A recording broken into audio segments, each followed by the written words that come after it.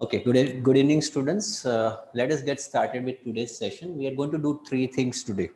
The first, we are going to take problem solution essay, and we are going to discuss two types of writing a problem solution essay. Good evening, everybody, first of all. Okay, now, I don't know how many of you know how to write an essay, but even if you don't know how to write an essay, this session will not be an issue for you. The way I'm going to explain you, I'm sure everybody will be able to understand what I'm trying to explain. Now, as you all know that in IELTS writing, there are two parts, writing task 1 and writing task 2. In writing task 2, you are supposed to write an essay. You are given 40 minutes to write minimum 250 words. Now, as you all know that IELTS in writing task 2, you have got 5 types of essays to be written. You won't be having 5 types of essay that will come in the real examination. You'll be having any one of these types that will come in the real examination. So these 5 types of essays are opinion essay, discussion essay, problem solution essay, advantages, disadvantages essay, and direct question essay. The session that I'm going to take right now would not require any pre-lecture or anything which is a prerequisite to be learned. So you don't need to worry, even if you're absolutely new at writing the essay, this session will definitely help you out, and I'm sure you'll be able to understand. Now, out of these 5 types of essay, we are going to discuss one type of essay which is called problem solution essay. Now problem solution ऐसे में ज़्यादातर बच्चों के ये सवाल आते हैं कि सर हम प्रॉब्लम सॉल्यूशन में पहले तो ये है कि कितने प्रॉब्लम्स लिखे जाए. शुड वी राइट 2 प्रॉब्लम्स और 1 problem 1 solution, should we write 2 problems 2 solutions, what should we do? तो इसका जवाब ये ध्यान से सुने. You can even write 1 problem and 1 solution. So the essay would be something like this. The first paragraph is going to be an introduction. Second paragraph, that means body paragraph 1, you are going to write, start with a problem. You will be only writing one problem in one paragraph. And in the third paragraph, that is body paragraph 2, you are going to write the solution. Make sure आप solution उसी problem का दो जिसका जिक्र आपने body paragraph 1 में किया हुआ है. And finally, you are going to write a conclusion. Now, simple, it is very, very simple. In a problem solution essay, sir, problem solution essay जो नए हैं उनको मैं समझाना चाहूँगा, सर problem solution essay लगता कैसे है? So this is a sample of a problem solution essay that might come in the real examination. People who live in large cities face a range of problems in their daily life. What are the main problems people in the cities face and how can these problems be tackled? यहाँ पे directly ऐसा नहीं पूछा है कि इसके solution क्या है, लेकिन आपको ये पता चल जाना चाहिए कि how can this problems be tackled. इसका मतलब ही ये हुआ that you are required to write the solution. Now here there are two things. मैंने पहले भी बताना चाहूंगा कि आप इसको दो तरीकों से लिख सकते हो. Number one, this is what we call as point to point approach. Point to point approach में क्या होगा? In the first paragraph, you are going to write introduction. In body paragraph 1, you are going to discuss a problem. In body paragraph 2, you are going to discuss a solution. And finally, you are going to write a conclusion. मैंने अभी जैसे बताया वैसे you should also be only be writing the solution to the problem that you have mentioned in body paragraph 1. मतलब उसी का solution देना है जिसका problem आपने जिक्र किया है body paragraph 1 में. Now the second question that students ask me is that कि सर मेरे पास अगर ज़्यादा प्रॉब्लम्स है और ज़्यादा दो प्रॉब्लम्स और दो सॉल्यूशंस है तो क्या करूँ? एक तो ये सवाल है, और दूसरा एक ही प्रॉब्लम पे सर मैं ज़्यादा नहीं लिख पाऊंगा. फॉर एग्जांपल आपको पता होगा कि बॉडी पैराग्राफ 1 में आपको 80-90 वर्ड्स लिखने हैं, बॉडी पैराग्राफ 2 में भी 80-90 वर्ड्स लिखने होते हैं. तो एक ही प्रॉब्लम में सर मैं 80-90 वर्ड्स नहीं लिख पाऊंगा, तो सर मैं क्या करूँ? In that case you need to write 2 problems. You can go for 2 problems and 2 solutions. एक चीज का याद रखना है कि जितने प्रॉब्लम्स उतने ही सॉल्यूशन होने चाहिए. So if you are given 2 problems and if you write only 1 solution और वाइसा वर्सा, मतलब एक प्रॉब्लम और 2 सॉल्यूशन या तो फिर एक सॉल्यूशन 2 प्रॉब्लम, दोनों केस में बैंड्स कम आएंगे. So please make sure the number of problems and the number of solutions are should be same. They should remain the same. Now सवाल ये उठता है कि अगर आप एक प्रॉब्लम पे ज्यादा नहीं लिख पाओगे, sir I am not able to extend 90-80-90 words on one problem, so I might go for writing 2 problems. तो ऐसे केस में I would recommend to go for block approach. Sir block approach क्या है और पॉइंट बाय पॉइंट अप्रोच क्या है? Point by point approach मैंने आपको अभी समझाया. इंट्रोडक्शन, बॉडी पैराग्राफ 1 में प्रॉब्लम, बॉडी पैराग्राफ 2 में solution and finally conclusion. But when you are required to write 2 problems और मोर, मैं आपको ये जो ऐसे दिखाने वाला हूं उसमें 3 प्रॉब्लम्स और 3 सॉल्यूशंस दिखाऊंगा. तो best option is write problem and solution in one paragraph only, मतलब introduction, problem number 1, solution number 1, body paragraph 2, problem number 2, solution number 2, and finally conclusion. You can even go for writing problem number 3 and solution number 3 in body paragraph 3. तो वैसे case में IELTS के ऐसे में 5 paragraph हो जाएंगे. Are you all able to understand what I am trying to say, students? Are you able to understand what I am trying to say? पता चल रहा है मैं क्या बता रहा हूँ? Are you able to understand? I have not still taught you how to write an essay. लेकिन पता चल रहा है मैं क्या करना है आपको, प्रॉब्लम्स और सॉल्यूशन कैसे लिखना है. I want answers from everybody. बहुत कम लोग आंसर्स दे रहे हैं. अक्षर दे रहा है, वर्दा दे रही है, दीपक दे रहा है, पीयूष. एग्जैक्टली. अब देखो मेरी बात सुनो, गौर से सुनो, you will be able to understand everything. देखो अब ये आपका ऐसे है, people who live in large cities face a range of problems in their daily life. जो लोग बड़े बड़े सिटीज में रहते हैं, जैसे कि Mumbai, Ahmedabad is also now considered to be a big city. क्या प्रॉब्लम्स फेस हो करते हैं ये लोग, और उन प्रॉब्लम्स का सॉल्यूशन क्या है. नाउ फर्स्ट करो कि ऐसे लिखना है. Now what we are going to do, we are going to do a small brainstorming. हम ब्रेनस्टॉर्मिंग करेंगे. ब्रेनस्टॉर्मिंग का मतलब क्या होता है कि हम सोचेंगे कि what are the points we are going to include. For example, आप सोचेंगे कि सर प्रॉब्लम्स क्या है लार्ज सिटीज में रहने का. तो पहला तो भाई हाई प्रॉपर्टी प्राइसेस. आपको पता है in Ahmedabad also, if you want to take purchase a 2-bedroom apartment in a good locality, it is going to cost you 60-70 lakhs and nothing less. एक बेडरूम का लोकेलिटी बेडरूम लेना है, आपको flat लेना है तो तकरीबन 30 से 40 लाख का पड़ेगा. और आपको लग्जूरियस लेने हैं, 3 बेडरूम्स के लेने हैं, 80-90 lakh. And then the price is infinite. So एक तो सबसे बड़ा प्रॉब्लम है लार्ज सिटीज में कोई चीज लेने का, तो वो है हाई प्रॉपर्टी प्राइसेस. बंगला लेने का तो आप भूल ही जाओ. दूसरा है traffic and noise pollution. Again there might be number of other problems as well, but I am right now discussing जो मुझे लगता है मैंने यहाँ पे डिस्कस कर रहा हूँ. और तीसरा है inefficient public transport system. What is the meaning of inefficient public transport system? For example, जैसे कि ट्रांसपोर्टेशन सिस्टम तो है, लेकिन हम जानते हैं वो इनएफिशिएंट है, शायद टाइम पे नहीं आती, या तो है तो वी कैन सी ये मेट्रो का काम in Ahmedabad it has been going on since, ऐसा लग रहा है जब से पैदा हुए तब से मेट्रो का काम चल रहा है. So what I am trying to say is that inefficient public transport system, या तो फिर पब्लिक ट्रांसपोर्ट सिस्टम है ही नहीं. तो उसके सॉल्यूशन क्या है, याद रखना है आपको कि सॉल्यूशन उसी का देना है जिसका आपने प्रॉब्लम जिक्र किया है बॉडी पैराग्राफ्स में. So the first problem that we discussed is high property price. तो जाहिर है गवर्नमेंट को क्या करना चाहिए, they should try to focus on affordable housing, जो अभी गवर्नमेंट कर रही है. Government is trying to focus more on affordable housing so that each and everybody is able to afford it. दूसरा traffic and noise congestion pollution है, उसका solution ये है कि भाई कंजेशन चार्ज लगाइए to avoid people using cars. आज की तारीख में कार्स की ओनरशिप बहुत इजी हो गई है. यू कैन सी ऐसा था आज से 20-25 साल पहले किसी के पास एक कार भी हुआ करती थी, फैमिली में एक कार थी तो भी एक बहुत अच्छी बात कही जाती थी. आज की तारीख में लोगों के पास 2 या 3 कार्स से ज्यादा है. सो कार्स ओनरशिप हैव इंक्रीज्ड, और उसी के कारण you can see that traffic congestion ज्यादा बढ़ रहा है. तो हमें गवर्नमेंट को क्या करना चाहिए, they should always have a congestion charge. I don't know how many of you know, in London there is a system like congestion charge. मतलब अगर आप लंदन प्रॉपर में कार चलाना चाहते हो तो आपको कंजेशन चार्ज देना पड़ेगा. And that is one of the reason that people avoid purchasing cars in London. वो लोग पब्लिक ट्रांसपोर्टेशन सिस्टम का ही उपयोग करते हैं. तो कंजेशन चार्ज का मतलब अगर आप कार सिटी में चलाते हो तो आपको कंजेशन चार्ज देना पड़ेगा. तो ये इससे क्या होगा, लोग पब्लिक ट्रांसपोर्टेशन सिस्टम की तरफ जाएंगे, उसकी तरफ मुड़ेंगे, they will be diverting themselves to public transportation system, thereby reducing traffic and noise pollution. और तीसरा इनएफिशिएंट पब्लिक ट्रांसपोर्टेशन सिस्टम. तो हमें क्या करना चाहिए, सॉल्यूशन क्या है, एक तो उसको एफोर्डेबल बनाना चाहिए और एफिशिएंट भी बनाना चाहिए. अगर पब्लिक ट्रांसपोर्टेशन सिस्टम एफिशिएंट है but if it is not affordable, आपको फॉर एग्जांपल आने जाने का ही खर्चा इतना हो, जो आप 2 व्हीलर चलाते उतना ही हो जाए, who would go for using public transportation system. तो मेरे कहने का तात्पर्य ये है कि public transportation system should be made affordable and efficient. So what I have done is that I have mentioned over here 3 problems and 3 solutions. You should not be looking for writing 3 problems and 3 solutions. आप 2 problems 2 solutions भी लिख सकते हो. मैंने बताया वैसे एक problem और एक solution भी लिख सकते हो. Now एक ही प्रॉब्लम है और एक ही सॉल्यूशन है, then you can go for this format. आप ये फॉर्मेट का इस्तेमाल कर सकते हो.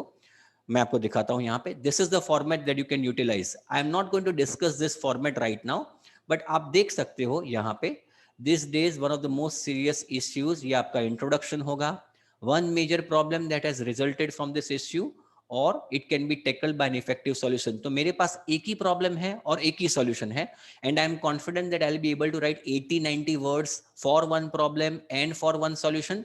Then I would recommend you go for point by point approach. Point by point approach मतलब आप प्रॉब्लम और सॉल्यूशन को अलग अलग पैराग्राफ में बयां करोगे. You are not going to mix them in one paragraph. अगर आपके पास एक ही प्रॉब्लम और एक ही सॉल्यूशन है तो so you can see over here in body paragraph 1.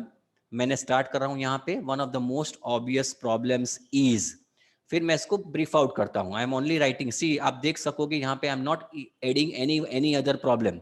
So this entire paragraph is focusing only on one problem. I am giving example of one problem. This is it. और उसी problem का solution मैं जिक्र करूंगा in the body paragraph 2. One solution to the problem that may be successful is, देख सकते हैं आप दूसरा solution नहीं है, जाहिर है नहीं होना चाहिए क्योंकि आप एक ही problem लिख रहे हो तो जाहिर है एक ही solution होगा. And finally I am writing a conclusion. So you can take a screenshot of this. याद रखना है, when are you going to utilize this? Can I have a small recap of what I have taught right now? जब point by point approach का कब इस्तेमाल करेंगे? Everybody, I have taught you before. Point by point approach का हम कब इस्तेमाल करेंगे? When I am going to utilize point by point approach? When? Answers from everybody. When I am going to utilize point by point approach? Yes guys. Very good Akshay. When I have got only one problem and I have got only one solution, और मैं confident हूं कि मैं एक ही problem पे 80-90 words लिख पाऊंगा. Are you getting the point everybody? Only Akshar and Maya has given me the answer, nobody else. Very good. Are in different paragraph. और तुलसी सबसे बड़ी बात यह है कि मेरे पास एक ही प्रॉब्लम है और एक ही सॉल्यूशन है. Exactly, very good. Okay, now अगर मेरे पास ज्यादा प्रॉब्लम्स है और ज्यादा सॉल्यूशन है तो ये अप्रोच कारगर नहीं है. Then I would not want you to go for point by point approach. तो बेहतर ऑप्शन है you go for block approach. Sir block approach में क्या होगा? इंट्रोडक्शन और कंक्लूजन तो फिर भी रहेंगे, but in body paragraph 1 you are going to mention problem number 1 and solution number 1. कैसे करेंगे? ऐसे करेंगे. Let me explain you. This is how you are going to write a block structure. ये देखिए ऐसा है. So you are going to write the first paragraph as introduction. In body paragraph 1 you are going to discuss problem number 1 and solution number 1. याद रखना है जिस paragraph में आपने जो प्रॉब्लम दिया है उसी का सॉल्यूशन उसी पैराग्राफ में आप डाल दोगे. You are not going to write that in separate paragraph. You are going to complete that matter in that paragraph only. In body paragraph 2 you are going to write mention problem number 2 and solution number 2. In body paragraph 3 you are going to mention problem number 3 and solution number 3. ये लिखने की जरूरत नहीं है. It is not compulsory. But if you have got 3 problems and 3 solutions that you want to write, then you can write. It is absolutely fine. Make sure that you don't go beyond 290-300 words. 280 वैसे तो 280 words, लेकिन 290 words होते हैं. It is not a crime. कोई गुनाह नहीं है. तो आप 2-3 प्रॉब्लम और 3 सॉल्यूशन कर सकते हो. बेहतर है 2 प्रॉब्लम और 2 सॉल्यूशन लिखो और निकल जाओ. And finally conclusion. Is it getting clear everybody? So if you've got 2 problems or 2 or more problems and 2 or more solutions, तो आप point by point approach में तो पागल हो जाओगे. You won't be able to write an effective essay. ऐसे case में आप block structure, इसको हम कहेंगे block structure, जिसमें problem और solution is going to be only in one paragraph. Is it getting clear? ये बहुत clear हो जाना चाहिए आपके दिमाग में कि इसको क्या करना है. Okay, fine. आगे बढ़ते हैं. Let us go beyond now. अब सर इसका कैसे करेंगे? How are we going to write this? Okay, कैसे लिखेंगे इसको? तो इसके लिए आप ये फॉर्मेट का इस्तेमाल कीजिए. I would recommend you to write this format. इस फॉर्मेट का इस्तेमाल करेंगे तो क्लियर हो जाएगा. जैसे कि देखो यहाँ पे आप इसको गौर से देखो, प्रॉब्लम्स एंड सॉल्यूशन ऐसे. I hope you took the screenshot of this. आप इसका स्क्रीनशॉट ले लीजिए पहले. Let me know if you have taken the screenshot of this. एक ही प्रॉब्लम एक ही solution. Let me know if you have taken the screenshot of this. Okay, now ये किसके लिए? This is for 1 problem and 1 solution. Very good Akshar, thank you. And now I am going to take, I am showing you the format of block approach. अब देखो इसको गौर से देखो. I would recommend you to go through this properly. इसको गौर से देखो. इंट्रोडक्शन लिखा मैंने. This day is one of the most popular most serious issues facing. फिर अल्दो से स्टार्ट होता है. अब यहाँ पे अगर आपके पास 2 प्रॉब्लम और 2 सॉल्यूशन है तो कभी कभार मुश्किल होता है उस चीज को थीसिस स्टेटमेंट में समझाना. तो आप ऐसा कर सकते हो. This is the line you can write.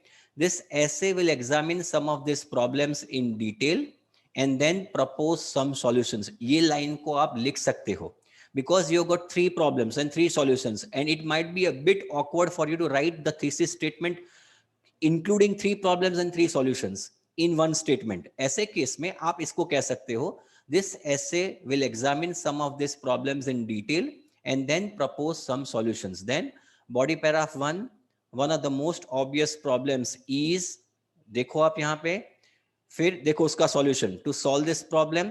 Example आप प्रॉब्लम में भी दे सकते हो, सॉल्यूशन में भी, दोनों में से किसी एक में एग्जांपल दे सकते हो. एक चीज का याद रखना है आपको, प्रॉब्लम सॉल्यूशन और प्रॉब्लम सॉल्यूशन वैसे मिला के 3 पैराग्राफ होते हैं, तो आपको 6 एग्जांपल्स नहीं देने हैं. काफी बच्चे मुझे पूछते हैं कि sir do I need to give example for every problem and every solution that I mention? Not at all. आप पूरे ऐसे में एक एग्जांपल दोगे तो भी चलेगा. There is no need for you to give 3 और 4 एग्जांपल्स, नथिंग टू वरी. एक ही एग्जांपल, लेकिन एक पैरा ऐसे में एक एग्जांपल कम से कम होना चाहिए. Okay, so this is body paragraph 1. You can see over here, to solve this problem, उसी का सॉल्यूशन आ गया. देन बॉडी पैराग्राफ 2, देखिए दूसरा problem, another issue is, and then to solve this problem, you can see over here my cursor is getting, I'm moving my cursor so that you understand. यहाँ पे हमने solution body paragraph 2 में जो दूसरा problem था उसका भी solution यहाँ पे दे दिया. And finally in body paragraph 3 I am writing one more problem. वापस कहना चाहूंगा, there is no need for you to write problem, I mean the third problem and third solution, लेकिन आपकी जानकारी के लिए ऐसा कर सकते हैं. There is nothing wrong in doing that. So in the body paragraph 3 I am mentioning one more issue and see the way forward. देखिए ये indirectly ये कहता है कि ये इसका solution है, directly नहीं लिखा है कि it is the solution of the problem that I am going to write, but you can write this wonderful phrase, the way forward must be, या तो way forward could be. तो ये आप कह सकते हो, and finally conclusion. अब एक चीज का ध्यान रखो, काफी प्रॉब्लम्स और काफी सॉल्यूशंस ऐसे हैं जहां पे गवर्नमेंट और लोग दोनों का मिलाप होना जरूरी है.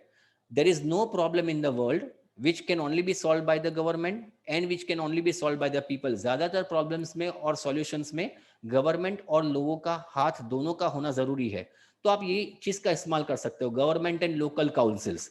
When I say local councils, in that case या लोकल काउंसिल्स का मतलब हम लोग आ गए, तो आप ये चीज का इस्तेमाल कर सकते हो, government and local councils. Don't say government and people, उससे भी बेहतर है government and local councils. Local councils का मतलब हम लोग, हमारी जो सोसाइटी होती है उसको हम लोकल काउंसिल कहते हैं. Now I am going to teach you और explain you how to write this entire essay by block to block method. Okay, yeah, you don't, nah, somebody has written that, can I put an example in conclusion? No, you should not put an example in conclusion part. Example should always be there in the body paras, neither in introduction nor in conclusion. ये चीज का ध्यान रखना बहुत जरूरी है. Understood? Okay, now let us go ahead now. आगे बढ़ते हैं.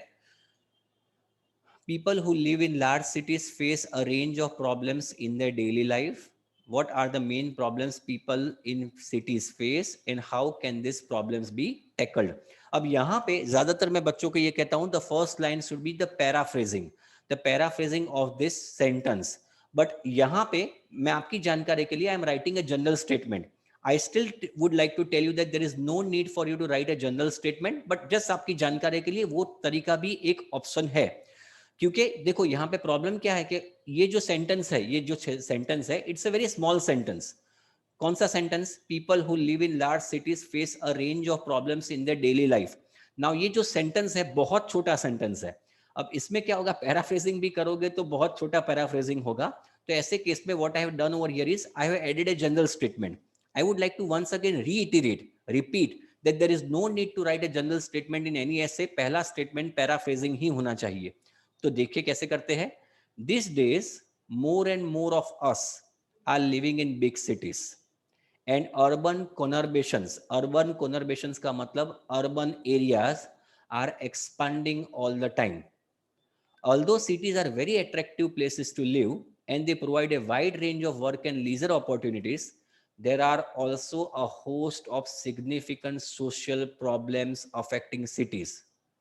This essay will examine some of these problems in detail and then propose some solutions. I want you people to go through the entire paragraph once again.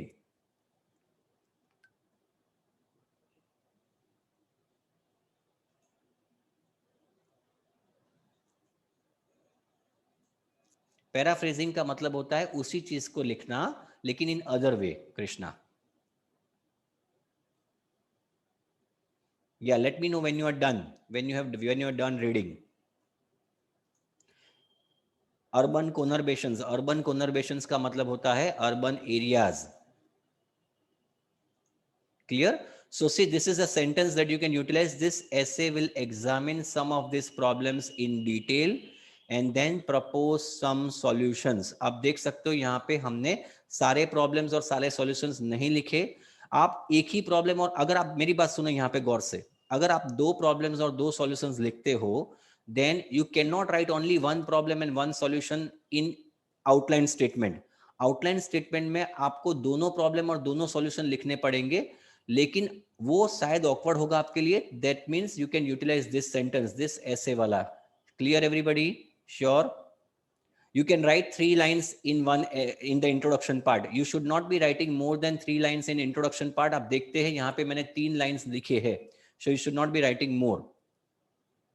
No, you should not be highlighting keywords. ये highlighting जो मैंने किया है आपकी जानकारी के लिए ही किया है. Okay. Now see how I have written the entire, एक ही पैराग्राफ में मैं प्रॉब्लम भी बता रहा हूँ और सॉल्यूशन भी दे रहा हूँ. मैं चाहूंगा इसको आप, yeah, somebody will have to read it out for me. Who is going to help me out? Who is going to help me out reading this? Yes. Okay, Krishna will do that. Let me see.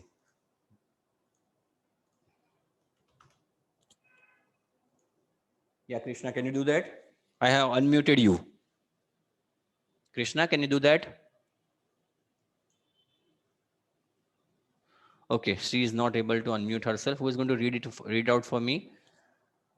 Yeah, Piyush, can you do it? Yes, let me give chance to Piyush. Piyush is always very eager.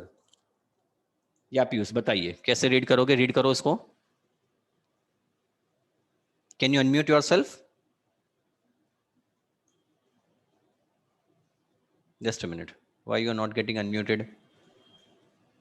Okay, वापस unmute करो अपने आप को. Okay, read. Read slow. One of the biggest problems facing people who live in cities in the high property is the high property prices. High Okay. property prices. In many cities, buying a house near the center is out of reach for people on the average salary. एक minute, out of reach का मतलब क्या होता है Piyush? Out of reach मतलब मेरे आपे से बाहर, मतलब मेरी अफोर्डेबिलिटी में वो नहीं आता. लिमिट बाहर. हाँ जी, हाँ जी. Then and they are forced to live outside the city and to commute into work. हाँ, तो पहला सबसे बड़ा प्रॉब्लम ये है कि प्रॉपर्टी प्राइसेस इतने ज्यादा बढ़ जाते हैं कि आम आदमी के लिए वो प्रॉपर्टी खरीदना मुश्किल हो जाता है. फिर हमने एग्जांपल दिया. Now read an example. Yes. In central London, for instance, the cost of even a one-bedroom flat is prohibitive for many people. Exactly. Central London में एक बेडरूम अपार्टमेंट भी लोग खरीद नहीं पाते. 2 बेडरूम या 3 बेडरूम को तो दूर की बात है. इन सेंट्रल लंदन मतलब सीबीडी एरियाज में you are not even able to afford purchasing 1 bedroom flat. Is it getting clear? Now यहाँ पे मैं एक चीज कहना चाहूंगा. लोग जो यहाँ पे जो एग्जाम्पल देते हो, you can even write example like this. मतलब in central London for instance. Can you see this? You can not, you don't need to start with for instance in central London. आप ऐसे भी कर सकते हो, in central London for instance. ये भी एक बहुत अच्छा तरीका है एग्जांपल देने का. ओके, आगे बढ़िए. To solve this problem, the government could put more resources into building affordable housing, which would allow more people to buy their own home. Exactly. Instance का मतलब होता है एग्जाम्पल. ठीक है, तो यहाँ पे हमने क्या किया? प्रॉब्लम ये बताया कि लोगों के पास प्रॉपर्टी के प्राइसेस बहुत बढ़ रहे हैं. सॉल्यूशन ये है कि गवर्नमेंट अफोर्डेबल हाउसिंग पे जरा ध्यान दे. इससे क्या होगा? ज्यादा से ज्यादा लोग इसको खरीद पाएंगे. Is it clear everybody? Any doubts or queries now? Understood? I want everybody to understand. एक प्रॉब्लम, एक सॉल्यूशन, ये हो गया आपका एक ही पैराग्राफ में. Understood everybody? Okay, fine. चलिए आगे बढ़ते हैं. Let us go ahead. Yeah, another issue. Yeah, can you read? Yeah, somebody. Yeah, I want somebody. कौन read करेगा? Who's going to read now? Just a minute. Darshan, can you read? Yeah. Yeah, Darshan. Yeah, read. Yes. Another issue is traffic and air हाँ, pollution. Exactly दूसरा issue कौन सा है? Traffic and air pollution. Okay, then Most big cities are overrun with cars, and overrun with there is cars a मतलब, एक minute, sorry, overrun with cars का मतलब cars से भरा पड़ा है. ओके, फिर and there is a, and and there is a great deal of traffic congestion. Very good, The exhaust fumes from From these these cars cars. cause air pollution, very good. And and as a consequence, consequence, more consequence का मतलब, sorry, consequence का मतलब होता है as a result. Clear? Okay, then more and more people are suffering from respiratory diseases such as such as asthma. asthma. ये traffic और air pollution से क्या प्रॉब्लम हो रही है? ज्यादा से ज्यादा लोग रेस्पिरेटरी डिसीज जैसे कि अस्थमा से गुजर रहे हैं. तो इसका प्रॉब्लम का सॉल्यूशन कैसे लाया जाए? This problem Could be addressed by introducing a congestion charge for cars entering the city center, thereby cutting the number of vehicles on the road. Exactly तो हम देख सकते हैं कि इससे फायदा ये है कि अगर कंजेशन चार्ज लगाएंगे तो ज्यादा से ज्यादा कार्स नहीं आएगी अंदर. They would not want to have more taxes to pay. So ऐसे केस में वो लोग बाहर ही रखेंगे और पब्लिक ट्रांसपोर्टेशन सिस्टम का इस्तेमाल करेंगे. Is it getting clear? Okay, जल्दी, या जल्दी, कैन यू रीड नाउ? जल्दी सेइंग, लेट मी से, या जल्दी, I am writing the third. या तीसरा प्रॉब्लम मैं वापस कहना चाहूंगा, you don't need to write 3 problems and 3 solution. 2 problem 2 solution पर्याप्त है, बट मैं सिखा रहा हूं आपको कि 3 प्रॉब्लम और 3 सॉल्यूशन भी लिख सकते हो. या जल्दी, कैन यू रीड? या Yes, sir. Finally, Another problem is the quality धीरे and धीरे cost of. धीरे धीरे, finally, Another problem is the quality and cost of public transport. That is to say, in the most capitals, public transport is inefficient and infrastructure is old and inadequate. Exactly काफी ज्यादातर, this is to से मतलब कि ज्यादातर Capitals में, New York में भी अगर आप जाओगे तो वहां पे भी पब्लिक ट्रांसपोर्टेशन पुराना हो चुका है क्योंकि काफी सालों से चल रहा है. तो इनएडिक्वेट तो है और पुराना भी है. At the same time ticket prices are often too high, which puts people off using public transport. Exactly traffic ticket prices भी बहुत ज्यादा है जो पीपल, ये बहुत अच्छा कोलोकेशन वर्ड है, which puts people off. This is what which puts people off मतलब लोगों को अनअट्रैक्टिव लगता है, लोग उससे अट्रैक्ट नहीं होते. इसका मतलब पीपल ऑफ का मतलब it is unattractive for people to use public transportation system. Very nice collocation word, it which puts people off using public transport. फिर the way forward, The way forward could be to invest more money in trains and buses and to slash ticket prices. Slash का मतलब क्या होता है? जल्दी, To reduce. Very good, to reduce ticket prices. Exactly, This would encourage more people to use public transport. this would encourage more people to use public transport. Exactly. Now I want somebody else to read. Who is going to read now? Chaliye, let me ask. Yes, Noman, can you read? Yeah, conclusion. Yeah, who is going to read? Krishna? Just hold on. Unable to unmute. Okay, Noman, let me unmute you. Just a minute.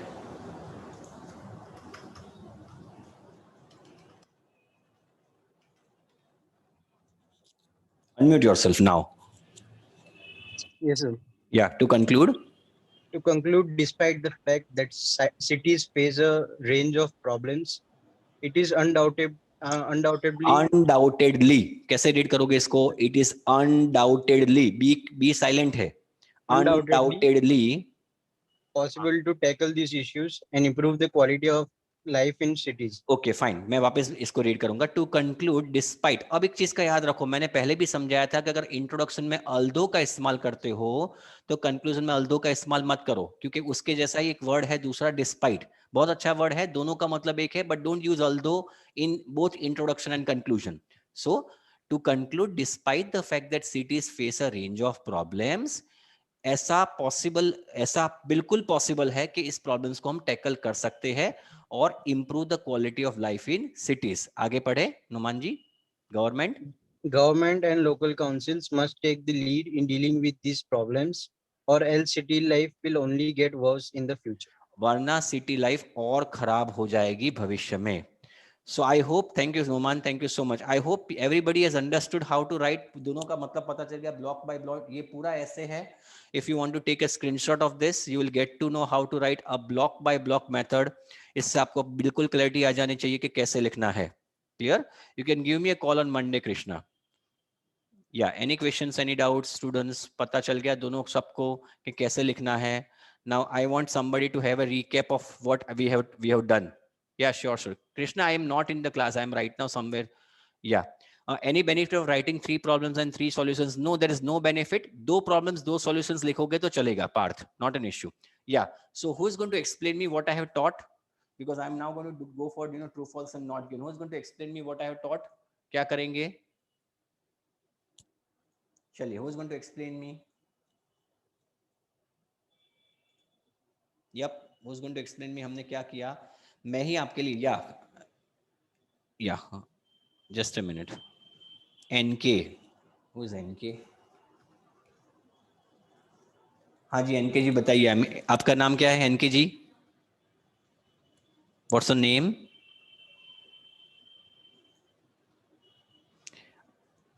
Yeah, see, I mean, we are running out of time, so let me explain you myself. First and the foremost thing, yeah, let me explain you myself. So again, let me have a small recap of what we did.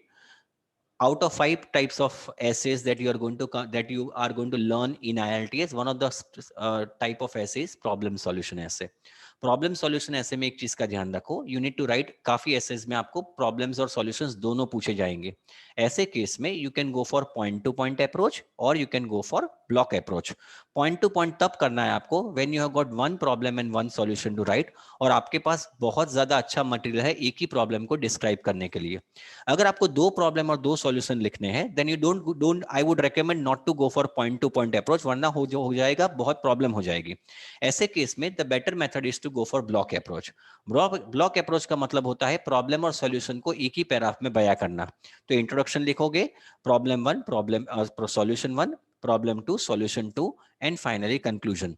Second most important part, आपको याद रखना है कि एक exam सारे चीजों में example नहीं देने हैं. You can only give one example या फिर maximum 2 examples and it is fine. Any questions, any doubts, or else we can move ahead. या इसमें मार्क्स का सवाल नहीं है, there is no nothing like marks. काफी बच्चे ऐसा पूछ रहे हैं कि सर हम 2 प्रॉब्लम और 2 सॉल्यूशन लिखे तो क्या इससे ज्यादा मार्क्स मिलेंगे? ऐसा बिल्कुल नहीं है. Even if you write 1 problem and 1 solution, if you are able to explain properly, it is absolutely fine. बाकी कोई जरूरत नहीं है. 2 प्रॉब्लम 2 सॉल्यूशन में भी ऐसा है, आपकी समझाने का जो तरीका है उस पे बैंड्स मिलेंगे, not only for points. So don't worry, you whichever is comfortable for you, you can go for it. Okay, thank you.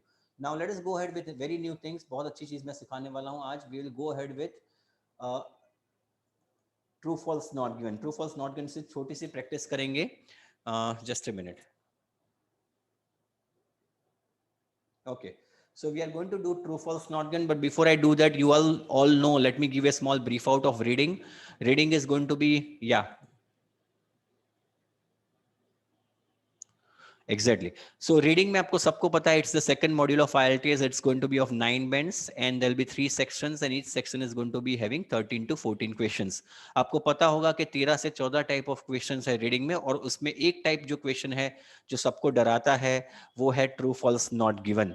Sir true false not given में क्या होगा? You are given a paragraph, एक paragraph दिया जाएगा and you are going to compare the question. ये आपके questions है, question को पैराग्राफ के साथ कंपेयर किया जाएगा. अगर उसके साथ इंफॉर्मेशन मिलती है, you are going to give answer as true या फिर yes.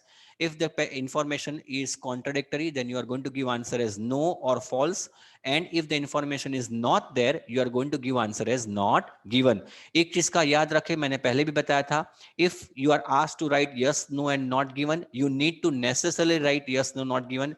Don't write true instead of yes, or else the answer is going to be marked as a wrong answer. So very very important. एक चीज का छोटी सी mistake हो जाती है बच्चों से. अभी एक लड़के से मिस्टेक हुई थी और बैंड्स बहुत कम आए थे, उसको रिपीट करना पड़ा था एग्जाम. सो मेक श्योर यहाँ पे अगर यस लिखा है तो वाई भी मत करना एग्जाम में. यहाँ पे जो लिखा है यस लिखा है तो एग्जाम के आंसर पेपर पे आप यस ही लिखोगे. Okay, now we shall do a practice of small true false and not given. Now this is a practice, this is a passage and this is the question. I want you people to tell me whether the answer is true, false और not given. चलिए आगे बढ़ते हैं. I'm giving you 1.5 minutes to think.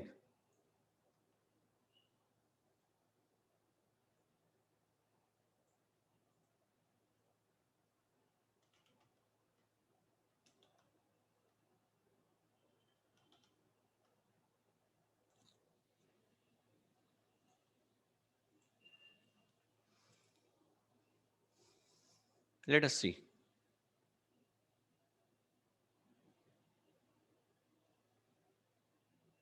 I am getting two answers from most of the people. एक है yes और दूसरा है false. क्या बात है? Divya has also given answer is not given. Okay. First of all, go through it properly and then we'll check it out. आपको yes, no या not given देना है. Don't say false. Either you want to say no or false. Sorry, आपको yes, no or not given मतलब no, yes या not given. Okay. Now let us, yeah, have you gone through it, everybody? First of all, understand this question.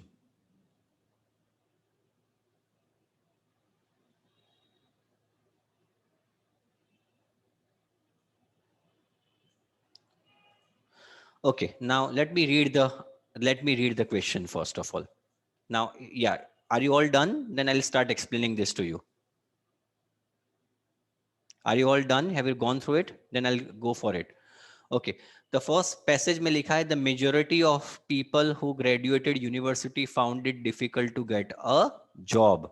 Let me explain it to you once again. The majority of people who graduated university found it difficult to get a job. और question है after finishing their tertiary education, all people had difficulties to find employment. Now here, many a times what people do is they try to compare word to word. And then they find out, they realize कि sir ज़्यादा से ज़्यादा चीज़ मिल रही है तो जाहिर है answer true होगा, या नहीं मिल रही है तो answer is going to be false, या तो फिर नॉट गिवन अगर दिया ही नहीं है. So let us try to compare this. बहुत इंपॉर्टेंट है, इसको गौर से देखें.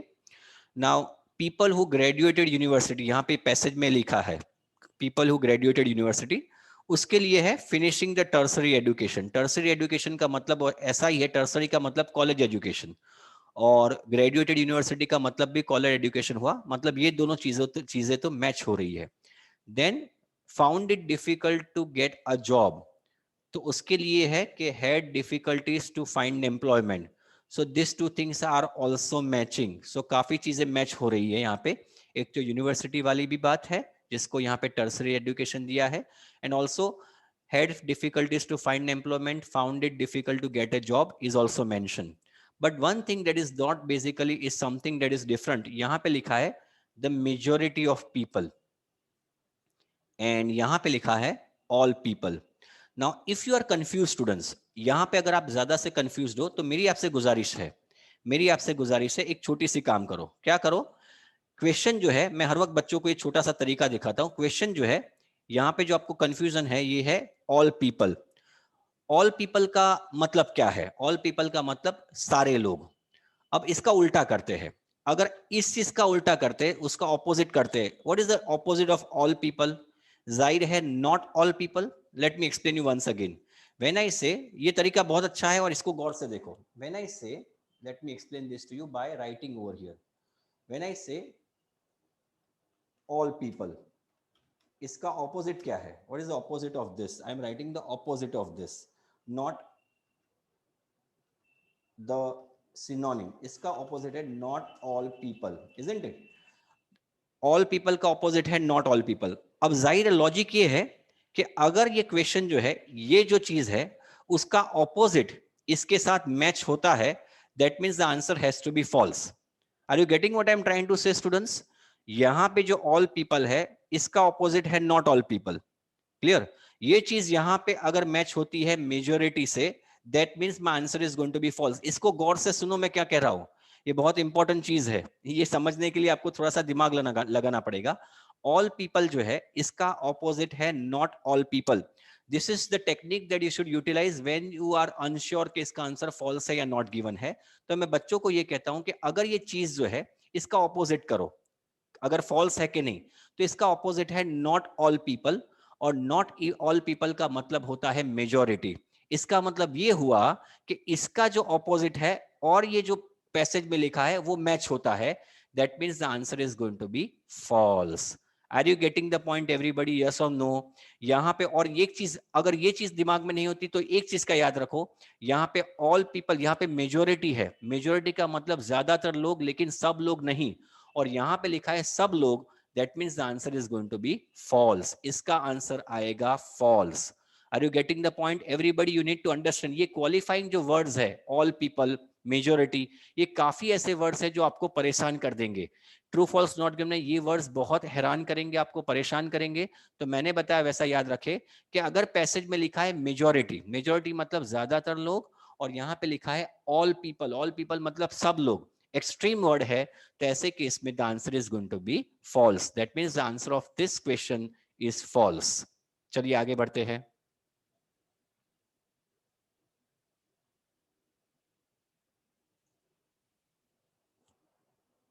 Tell me the answer of this, शांति से, सुकून से।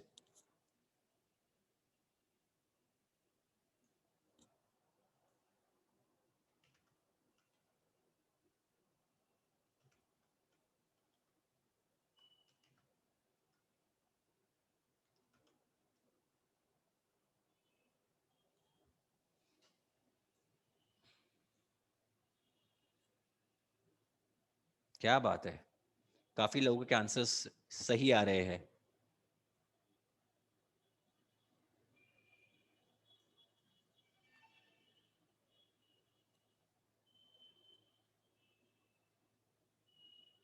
Okay, I want everybody to at least give it a thought before I start explaining this to you.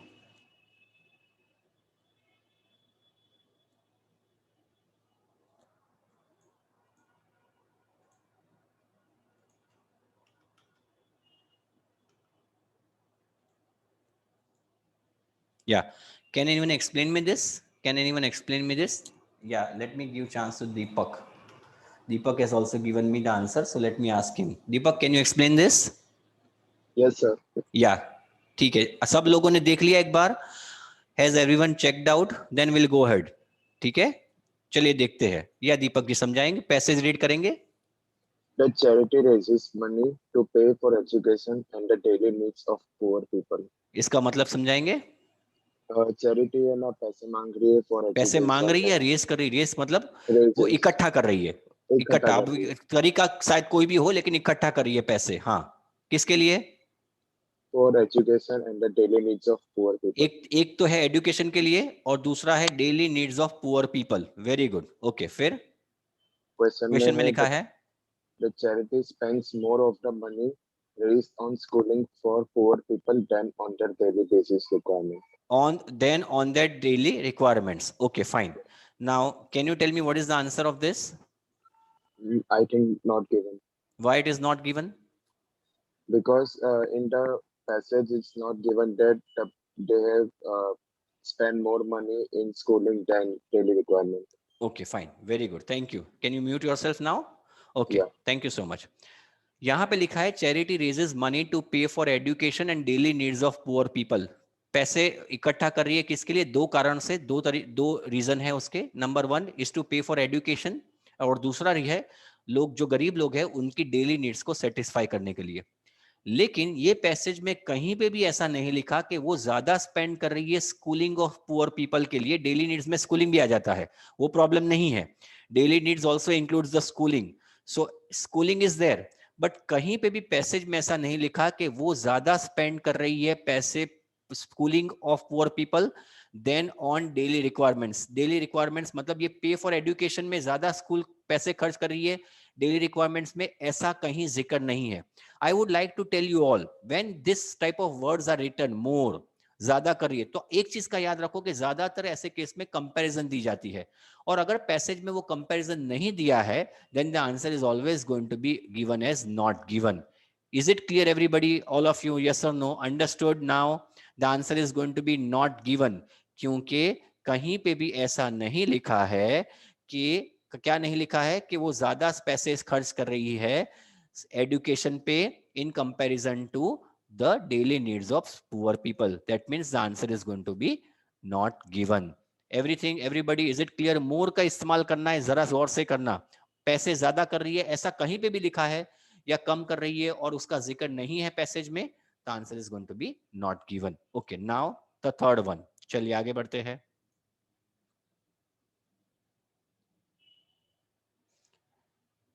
Sankar, it is going to come through experience. You just joined before 2 or 3 days, so it is going to come through experience.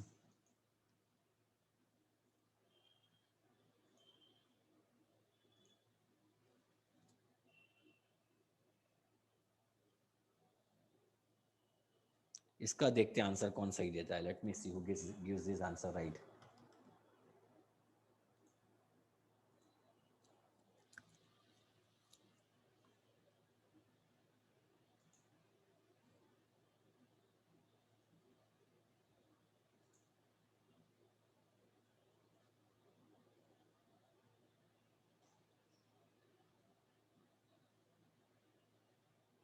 शांति से, सुकून से, मैं चाहूंगा सारे लोग participate करें.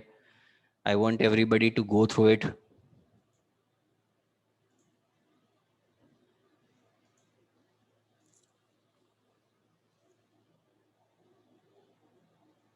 Yes. Has everyone attempted? Don't worry about getting right or wrong answer.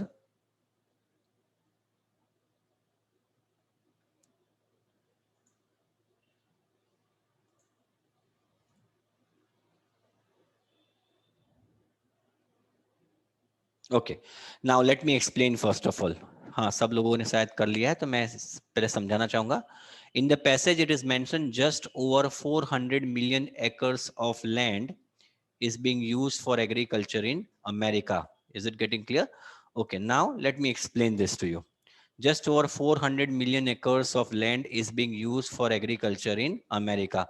Now let us try to take this piece by piece. America है तो अमेरिका की बात चल रही है, तो उसमें तो कोई वो है नहीं. And now there is a question, sir at present कहाँ है? लेकिन एट प्रेजेंट का यहाँ पे लिखा है is being used. Is being used का मतलब ही हुआ at present, so you don't need to worry about that part. Sir ये पहले का है, पूरा पीछे का है, वो पता नहीं चल रहा है. लेकिन इनडायरेक्टली एट प्रेजेंट यहाँ पे लिखा है in question, and in the passage it is given is being used. That means it is also talking about the present. बात आती है 400 मिलियन एकर्स की, वो भी बात की है 400 million acres allocated for agriculture is being used for agriculture, मतलब इसका इस्तेमाल हो रहा है एग्रीकल्चर के लिए. चलो वो प्रॉब्लम भी नहीं है. The problem over here is this two things. एक तो है जस्ट ओवर 400 मिलियन एकर्स, और यहाँ पे लिखा है अबाउट 400 मिलियन एकर्स. अब इस दोनों चीज को कंपेयर करते हैं. Now what is the meaning of about 400 million acres? Can anyone explain me what is the meaning of about 400 million acres? Can anyone explain me this? About 400 million का मतलब क्या होता है? चलो कौन एक्सप्लेन करेगा? हाँ, 400 मिलियन का 400 मिलियन का मतलब होता है कि अगर मैं बोलता हूं आपके पास कितने पैसे, तकरीबन 10 रुपए है. मैं अगर कोई मुझे पूछता है कि आपके पास कितने पैसे है, मैं बोलता हूं तकरीबन 10 रुपए है. इसका मतलब ये भी हो सकता है कि 10 रुपए से शायद थोड़ा सा कुछ कम, और या तो फिर 10 रुपए से ज्यादा, थोड़ा सा कुछ ज्यादा. हाँ या ना एवरीबडी यस और नो? व्हेन आई से what is the definition of this just over 400, ये पहले क्वेश्चन का मतलब समझाओ. क्वेश्चन का मतलब होता है अबाउट 400 मिलियन एकर्स, मतलब 400 से थोड़ा सा कुछ ज्यादा, या तो फिर 400 से थोड़ा सा कुछ कम, मतलब 400 के आजू बाजू. दोनों दो डेफिनेशन मिलके आती है, 400 से थोड़ा सा ज्यादा, 400 से थोड़ा सा कम. और अगर यहां पे हम जिक्र करेंगे जस्ट ओवर 400 मिलियन एकर्स, मतलब 400 से थोड़ा सा ज्यादा, मतलब इसकी जो डेफिनेशन है, दो डेफिनेशन, अबाउट 400 मिलियन एकर्स मतलब 400 से थोड़ा सा कम, या तो 400 से थोड़ा सा ज्यादा. उसमें से एक डेफिनेशन यहां पे मिलती जुलती, मतलब बिल्कुल एग्जैक्ट है, जस्ट ओवर 400 मिलियन एकर्स. इसका मतलब इसका आंसर आएगा यस. Understood everybody? यस और नो? पता चला आप लोगों को? Answer of this is going to be yes, not no, not given. So answer of this is going to be yes. Have you all understood everybody? पता चला मैं क्या बता रहा हूं आपको? देखो इसका मतलब, क्योंकि about 400 मिलियन एकर्स का मतलब थोड़ा सा ज्यादा, थोड़ा सा कम, और एक डेफिनेशन है जो इससे सेट होती है बिल्कुल, इसका मतलब answer is going to be yes. Understood everybody? Clear हो गया सबको?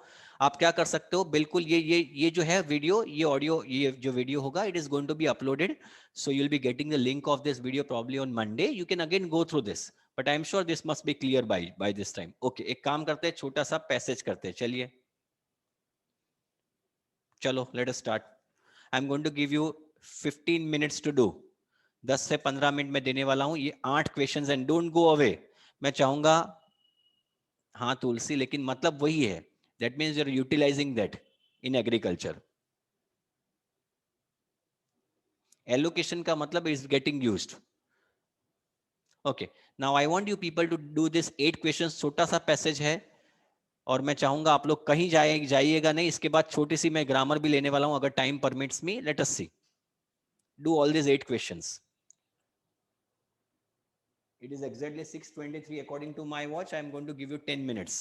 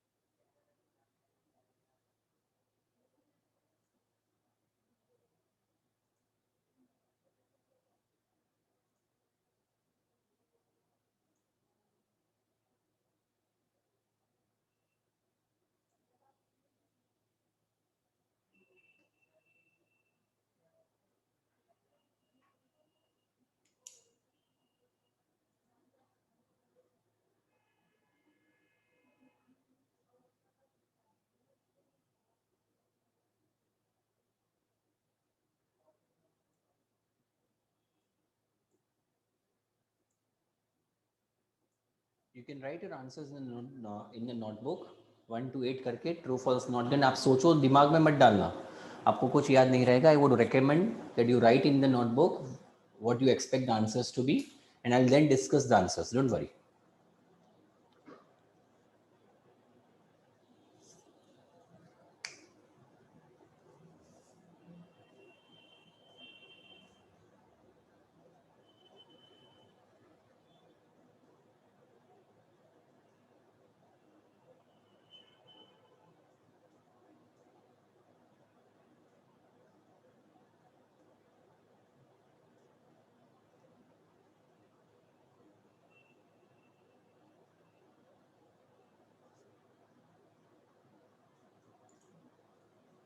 Just a minute. Let us give time to all.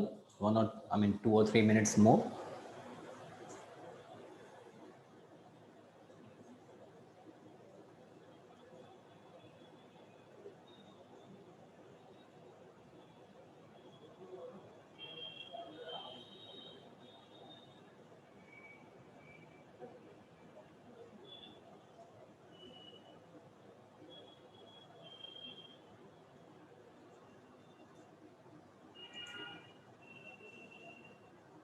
Yeah.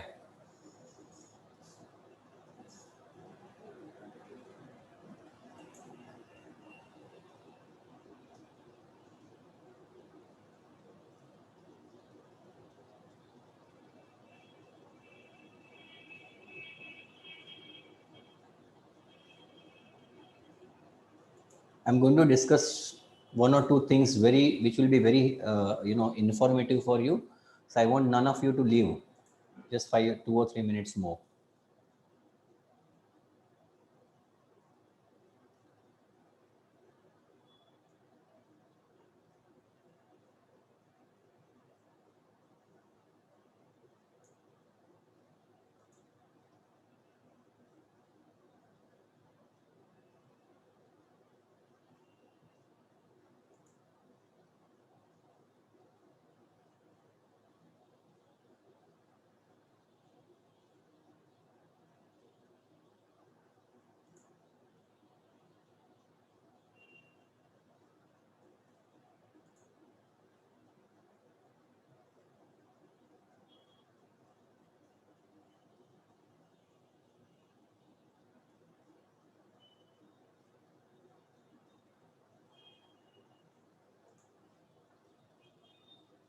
One minute more and we are there to go for the answers then. Okay. I can see lots of answers coming.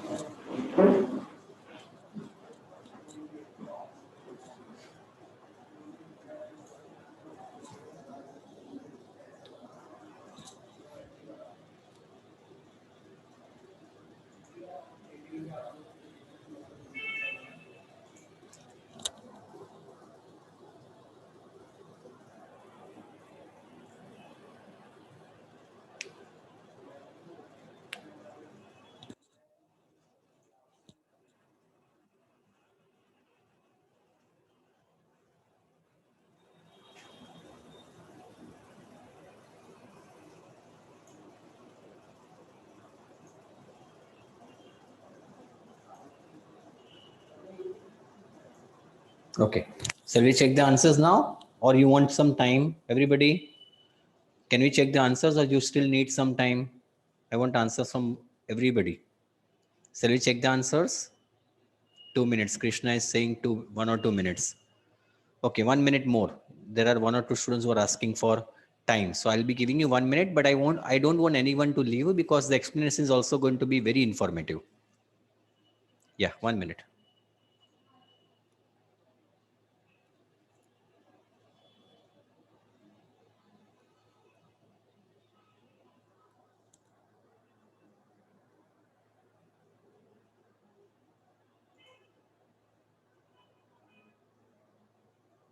Okay, so shall we check the answers now?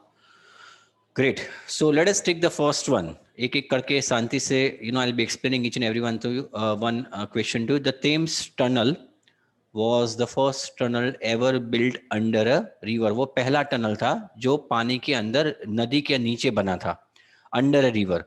Now, if you see over here, there is no mention like, under a river, ऐसा कहीं पे लिखा नहीं है, ऐसा लग रहा है. But the problem is with this word. ये जो word है ना, ये बहुत problem वाला word है. Subaqueous.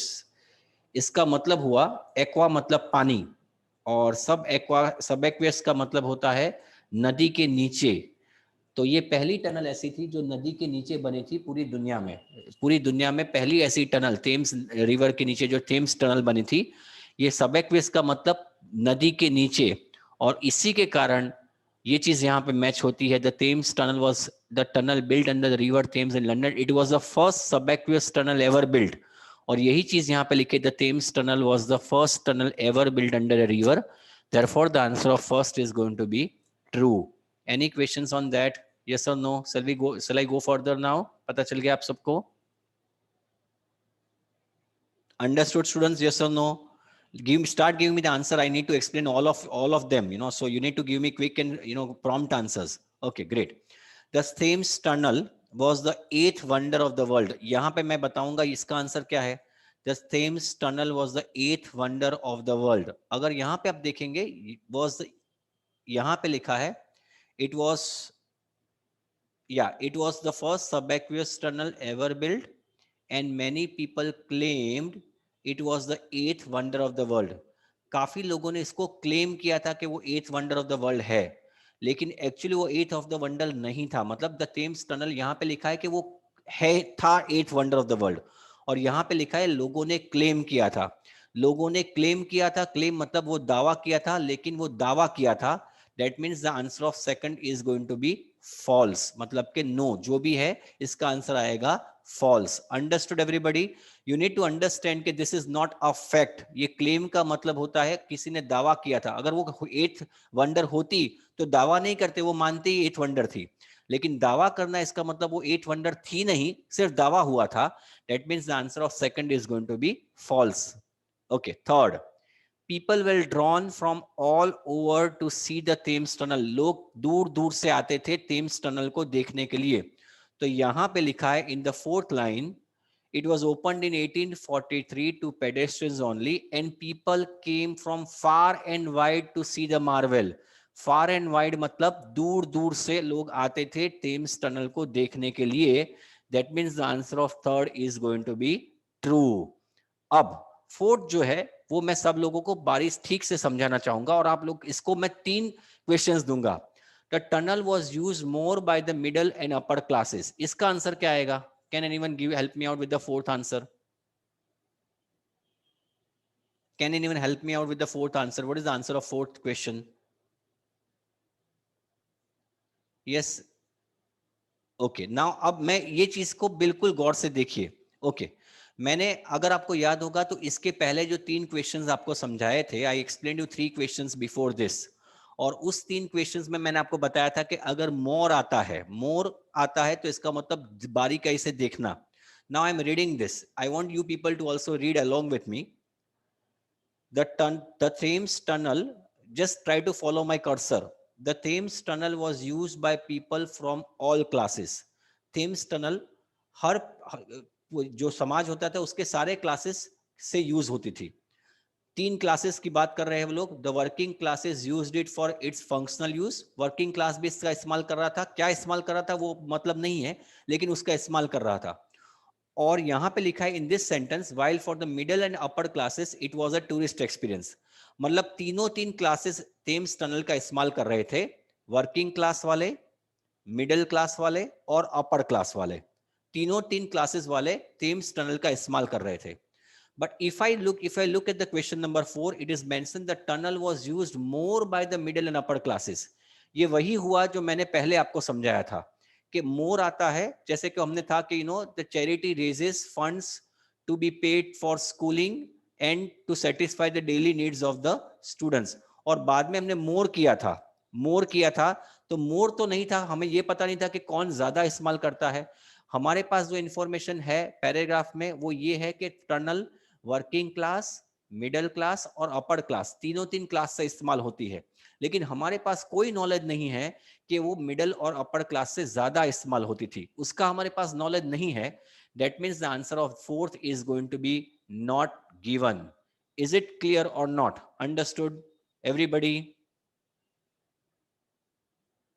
Understood everybody. अब मैं देखो फोर्थ को थोड़ा सा ट्विस्ट करता हूं and I want everybody to participate. चलिए इसका बताइए आंसर क्या होगा. मैं फोर्थ क्वेश्चन को थोड़ा सा ट्विस्ट करता हूं और आप मुझे बताएंगे कि इसका आंसर क्या होगा. I am writing this in front of the screen. The tunnel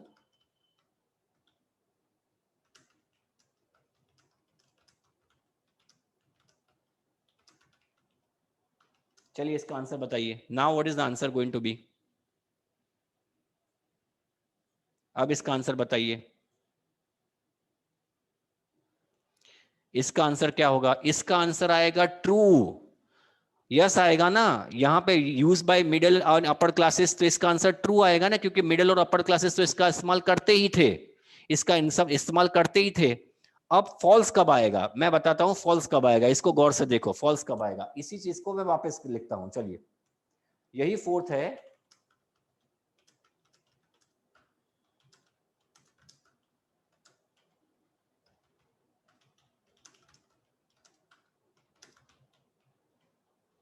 अब बताओ फोर्थ का आंसर क्या आएगा. Now what is the answer of this going to be? तीनों तीन चीज को देखो. अब इसका आंसर आएगा नो. अंडरस्टूड. फॉल्स आएगा मतलब जो भी है.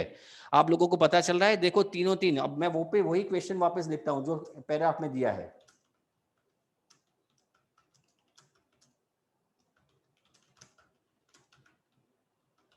Are you able to understand students what I am trying to say? पता चल रहा है मैं क्या बता रहा हूं?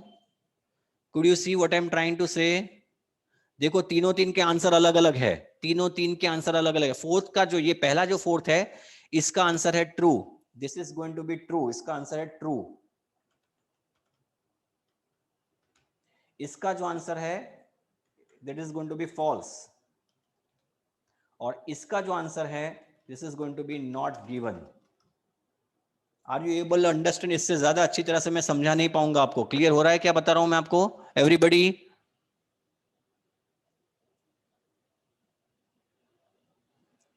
Is it clear? Nobody is going to explain you better than this. देखो तीनों तीन. देखो कितना थोड़ा सा चेंज कर दिया. पूरा ट्रू फॉल्स और नॉट गिवन हो गया. पूरा क्लियर हो गया. पूरा चेंज हो गया. देखो आप. So tunnel was use by the middle and upper classes. तो वो तो सही है ना. मैं कहां कह रहा हूं कि उससे इस्तेमाल नहीं होता, क्योंकि यहां पे लिखा in the paragraph it was used by working classes, middle classes and upper classes. तो फोर्थ का जाहिर आंसर इज ट्रू. लेकिन अगर मैं ऐसा बोलता हूं कि ओनली अपर और मिडिल क्लासेस इस्तेमाल करते थे, वो गलत है, क्योंकि वर्किंग क्लास भी इसका इस्तेमाल करता था. तो इसका आंसर फॉल्स होगा. But if I say tunnel was used more by middle and upper classes, उसके बारे में मेरे पास इंफॉर्मेशन ही नहीं है. That means the answer of fourth is going to be not given. ये पूरी चीज बयां करती है. This clears everything to you. इससे आपको पता चल जाना चाहिए कि आपको कहां पे ध्यान रखना है. अंडरस्टूड?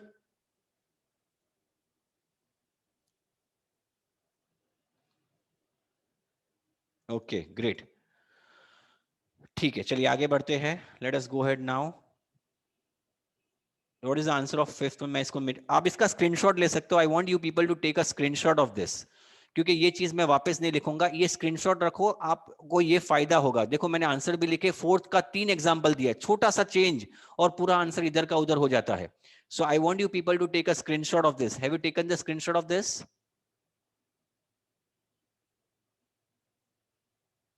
क्योंकि मैं मिटा रहा हूं ये चीज को निकाल रहा हूं यहां से.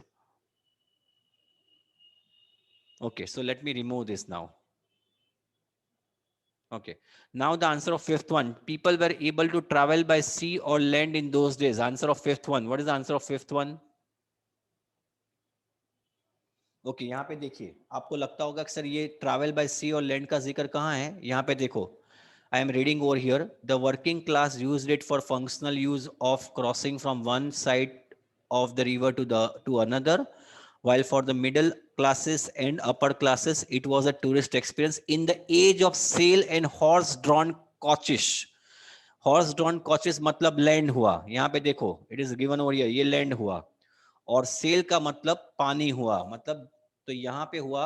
Therefore, the answer of fifth is going to be true, क्योंकि दोनों चीजें अंदर कवर हो जाती है. Clear or not, everybody? Yes or no?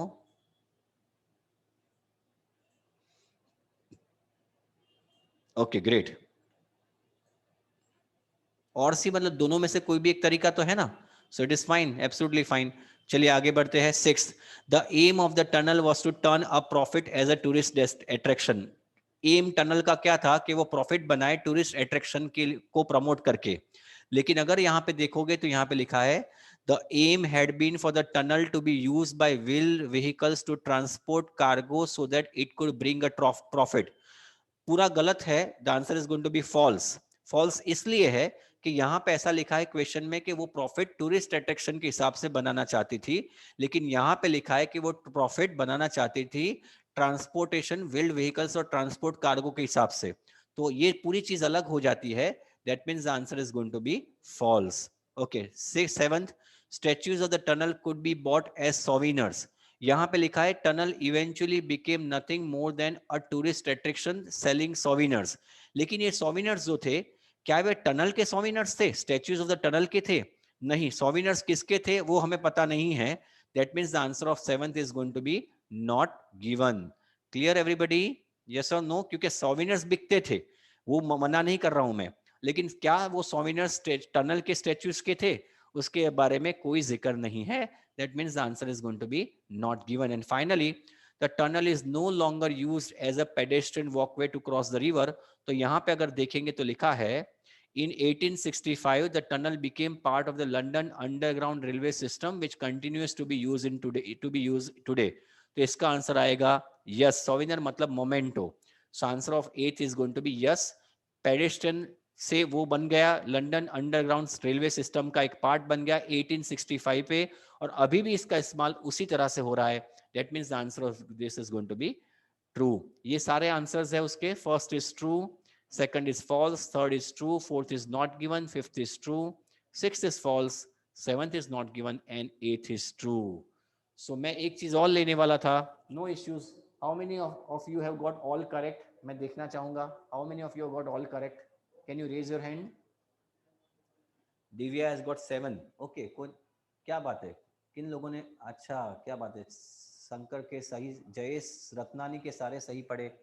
क्या बात है. Very good. Okay, great. Thank you so much students. I hope या लास्ट देखो यहाँ पे लिखा है कि tunnel is no longer used as a pedestrian walkway. उसी चीज का यहाँ पे जिक्र है कि पेडेस्ट्रियन वॉकवे मतलब चलने के लिए. अब चलने के लिए रहा नहीं, इसका लंदन अंडरग्राउंड रेलवे सिस्टम में इस्तेमाल होना चालू हो गया. That means the answer is going to be true. I hope you enjoy the session students. Did you enjoy? काफी चीजें दिमाग में आ गई, क्लियर हो गई सब कुछ. मैं हर वक्त ये मैं ट्रू फॉल्स नॉट गिवन इसलिए रहा हूं कि आपका ये क्लैरिटी ज्यादा से ज्यादा क्लियर हो और आपको मजा आए. So thank you so much for being here. I wanted to take one more thing, but I would take it next time. Thank you so much, students. Thank you so much. Thank you, students. Thank you. Good day. मैं चाहूंगा सब लोग मेरे जो Saturday को sessions होते हैं उसको कम से कम भरे. ये काफी मैं रिसर्च करके आपके सामने सेशंस लाता हूं. So I want you people to attend those. Thank you so much. Thank you. Bye, students.